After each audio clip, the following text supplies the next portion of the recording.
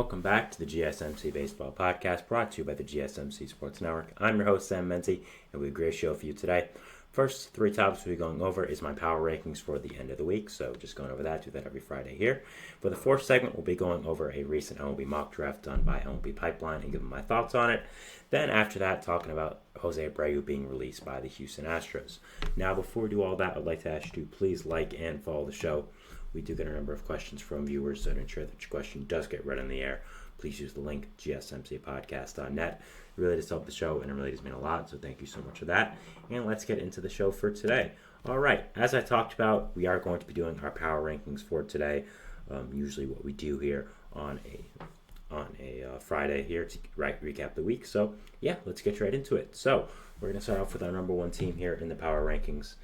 And it's the same as it has been for either the last 3 or 4 weeks now. For a long time, it is, of course, at number one, the New York Yankees. There's nothing to say about the Yankees that hasn't been said at this point. This is the best team in baseball, clearly. Have one of the greatest duos of all time already at this point with Aaron Judge and Juan Soto. The pitching has been great. Bullpen's been pretty solid. Just an overall elite, great team. The Yankees are really no surprises here, I'd say. This team is absolutely amazing. They're great. And, yeah, they're clearly the best team in baseball right now. I don't really think how you could think otherwise. Number two, I have their AL East companion, the Baltimore Orioles. Now, the Orioles are also an elite, amazing team. Really nothing else to comment with them. They have so many great young star players that it's truly incredible. They got Gunnar Henderson, Ryan Mountcastle, Adley Rutschman, Colton Cowser. Just so many great young players. Pitching rotation's been improved with the additions of Corbin Burns, Grayson Rodriguez being called up. So overall, this is a fantastic team as well. I'd say it's clear these two teams right now in the top of the league right now as the two best. And yeah, I think these are the two best teams in baseball right now. Pretty even, but I do have the Yankees edging out the Orioles just a little bit. So yeah, that's the top two there. At number three, I am going to be having a little bit of surprise here, a team I did not have in the top three before. Another AL team now, the Cleveland Guardians. So I have the Guardians here at 3 as I have moved them up as they've just consistently been great. I mean, they really haven't faltered whatsoever as I kind of expected them to. And with some injuries to the team below them, which you'll find out in a few seconds or so, I didn't think it was the right time to move the Guardians up to 3rd in this. They've, of course, always been in the top 5 for a significant amount of time at this point, but I thought it was time to move them to the top 3. They've continued just to be amazing. The offense is incredible. Rotation has been passable, and the bullpen's really great. So I think that overall, this Guardians team is very, very good, and yeah, they deserve this top 3 placement here. And yeah, I moved them up. And the reason I moved them up was because our number 3 team from last time, the Philadelphia Phillies, had dealt with some injuries recently, and I did have to move them down to 4 because of that. I do think the injury to JT Realmuto is pretty significant, whether it's in the lineup, having that great imposing presence for your catcher, but also just being a leader behind the dish, knowing how to play with each pitcher, bringing that defense, that framing. I think he's such a valuable asset as a veteran catcher that I think the Phillies are going to end up missing him a lot. And yeah, I think he's a pretty significant loss for this Phillies team, and that is why he is here that is why the Phillies are here at number 4. It is because of the Realmuto injury. I still do believe they are the best team in the NL, but I do have them here at number 4 instead of number 3, so I did just switch that around a little bit. And yeah, that's it for the Phillies here being at number 4. Still an amazing team. The rotation has been absolutely incredible this year. Offense has also been great. So yeah, this team overall is pretty fantastic, and not much else to say about them. They're really, really great. Number 5, I have the next NL team, very close with the Phillies, but I did end up going with the Phillies above them, the Los Angeles Dodgers. Now, I think the Dodgers are very close to being the first best team in the NL, but they've had some offensive problems, mainly in their outfield, with James Outman and Jason Hayward not playing up to standard, Max Muncy still being hurt, and also a little bit of question marks on the rotation. So I think they are still an amazing elite team. I mean, you look at that top 3 of Ohtani, Betts, and Freeman. How can you think otherwise? But at the same time, there are some flaws here that I think people are starting to realize, and it's not enough for me to bump them down significantly, but it is enough for me to bump them down here to number 5 and the second best team in the National League. So, yeah. Number 6 here, I have another AL Central team, the Kansas City Royals. I've talked about my love for this Royals team a good amount of times here on the show now. I love their rotation. I think it's one of the best we've seen in a long, long time. Bullpen is also, it's okay, but they need to add to that definitely. The lineup has also been great, especially with the resurgence of Salvador Perez. He's really helped out a lot with this team. So, yeah, I think overall the Royals here at number 6 is a very fair placement. It's, of course, where I have them. And, yeah, they're a really, really great team. A lot to like about them, especially with that rotation. Hitting core, you have guys like Bobby Witt, Vinny Pasquantino, MJ Melendez, Michael Garcia, Salvador Perez. A lot to like there. So, yeah, number 6 here for the Royals. Been a very good team all year. And, yeah.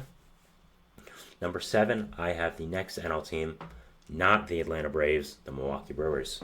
So the Brewers here at number 7, kind of like the Guardians, I expected them to fall back down to earth a little bit at some point. But to their credit, they haven't.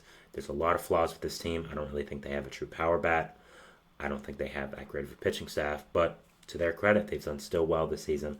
The lineup, even without that real power bat. I mean, Rhys Hoskins is a power bat and really good, but isn't kind of that number one big boy power bat that you would expect. So still a really good team with a lot of good offensive pieces, like a Sal Frelick, like a Rhys Hoskins, like a William Contreras. Yelich has been good as well. So a lot to like about this Brewers team. Rotation's a little bit iffy. I think they could look to add someone ahead of the deadline, but bullpen's really good. Just, fix that rotation up a little bit. You might even be higher on this list. So, yeah, like this Brewers team a lot going right for them. And, yeah, that's why I do have them here at number 7. Number 8, I have the team that was my first segment from yesterday's show, the Seattle Mariners at number 8. As I talked about my love for this Mariners team before, and I'm going to continue to talk about it. I think this team is pretty fantastic. The rotation they have is really, really incredible. Again, up to the level of a Kansas City Royals of this year, really two of the best rotations in the entire league. Also, with that, the offense has started to heat up a little bit. You've had your superstar Julio Rodriguez also doing very, very well as of recently, which is a huge piece of this team that really needs you to improve. So, yeah, I think this Mariners team has done really, really well as of recently.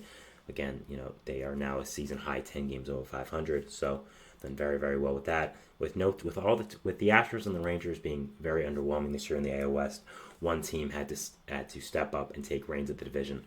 Mariners have done exactly that, done it very well, and yeah, I have them here at number 8. Could even go higher if they make the right additions at the trade deadline, and they keep playing better overall with the season. So I really like this team. Think there's a lot going right for them right now, and I do have them here at number 8. Number 9, I have the Minnesota Twins. I think this Twins team is really, really great. I love the rotation they have, even with the loss of Sonny Gray in the offseason.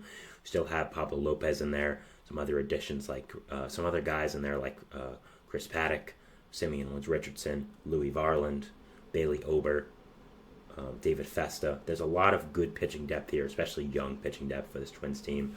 So I really do think that helps them out a lot, and I really like this team. I think there's a lot to like about them, and yeah, overall, I think that they're really, really good. There's a lot of positive things to like about them here, and yeah, I think they can also just go up from here. They've dealt with a lot of injuries so far this season, so if they get those under control, I do think they're going to be even better. I love the hitting core, love that dynamic duo of Buxton and Correa, so yeah, I really like this Twins team, big fan of them, and I have them here at number 9. Now, number 10, maybe the surprise of the entire power rankings here, I have the Atlanta Braves. Now, if you told me in June that the Braves would only be at number 10 in my power rankings, I'd look at you kind of crazy. But they have not looked great as of recently, and I think there are some significant worries you need to start having about this team. I had a whole segment on it. I believe it was either Monday or Tuesday, and I talked about it then. There's, the offense has really, really been struggling. Other than Marcell Ozuna, there's really not a significant bat here that you really trust right now. The pitching staff is looking just decent. You have Max Fried, of course, who's great, but Chris Sale and Reynaldo Lopez are due for regression at some point. And after that, with the loss of Spencer Strider, there's really no one else you can trust. You caught up Preston Waldrop, which is good, but I don't really know if he's a significant enough player to really help you control this pitching staff. So there's a lot of question marks about this Braves team, a lot of underperformance.